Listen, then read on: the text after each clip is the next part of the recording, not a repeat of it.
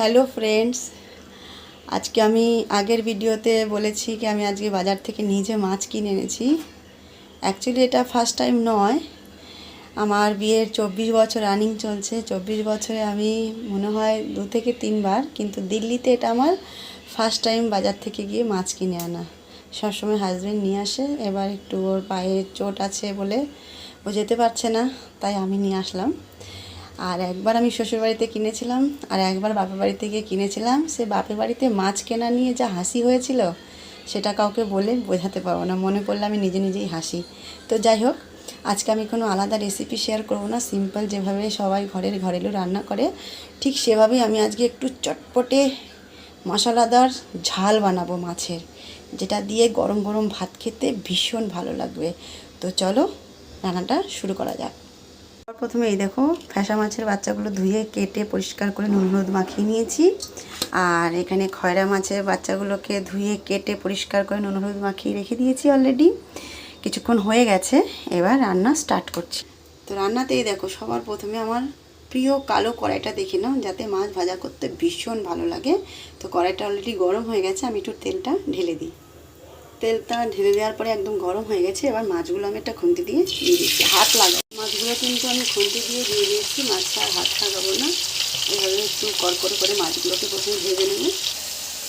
সম্পূর্ণ মাছগুলোকে কিন্তু একদম কড়কড়ে করে ভেজে নিয়েছি। তোমরা দেখে হয়তো ভাববে এতগুলো মাছ একা খাবে, একদমই নয়।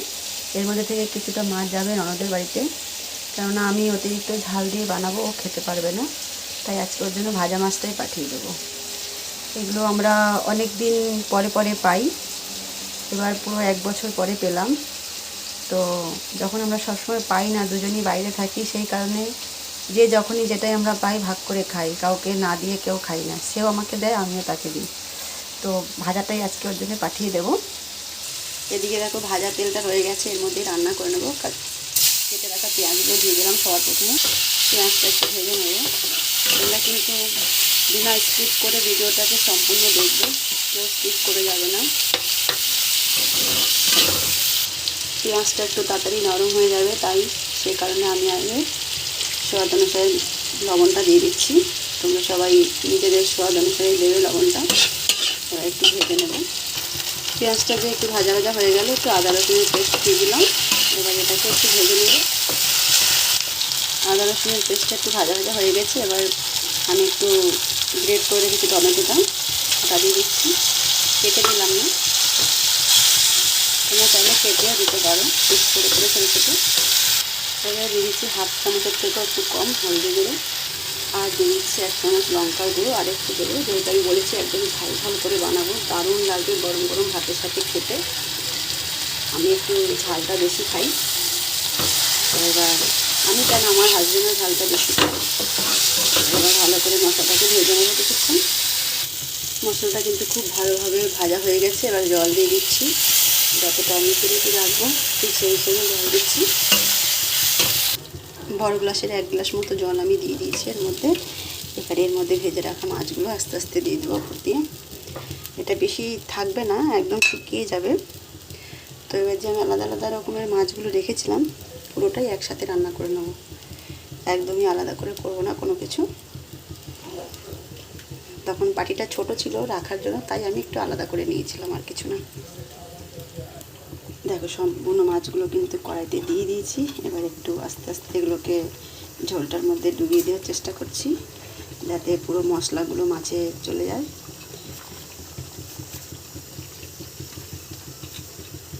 এবার আরেকটা জিনিস দিচ্ছি এর ওপর দিয়ে, দেখো তোমরা, এই দেখো কি সুন্দর সুন্দর কাঁচা লঙ্কাগুলো। এগুলো দিয়ে ডোলে ভাত খেতে যা লাগবে না, যারা খায় তারা ঠিক বোঝে। তো দেখো, প্রায় রান্না কমপ্লিট হয়ে গেছে। সবশেষে দিয়ে দেবো কেটে রাখা ধনেপাতা। ওফ, যা লাগছে না কালারটা! তোমরা কিন্তু একদম কিপটেমি করো না, লাইক কমেন্ট করে দিও, পারলে একটু শেয়ারও করে দিও আমার রেসিপিগুলো। আমি এরকমভাবেই রেসিপি তোমাদের সাথে শেয়ার করতে থাকবো, যখন যখন মৌকা পাবো তখন তখনই শেয়ার করব। রোজ পারি না, যতটুকু পারি করব। একদম যেন কিপটেমি করো না, ঝটপট করে লাইক কমেন্ট করে দিও। কমেন্ট করে বলো কিন্তু রেসিপিটা কেমন লেগেছে, অবশ্যই ঘরে রান্না করে খাওয়ার পরে, ঠিক আছে? দেখো আজকে আমার মাছের ঝালটা উফ যা লাগছে না, আমি নিজেই লোভ দিচ্ছি, তোমরা কি দেবে তবুও একটু বলবে কিন্তু সবাই মিলে। ঠিক আছে বন্ধুরা, তো তাহলে টাটা, বাই বাই, আবার দেখা হবে নতুন ভিডিওর সাথে।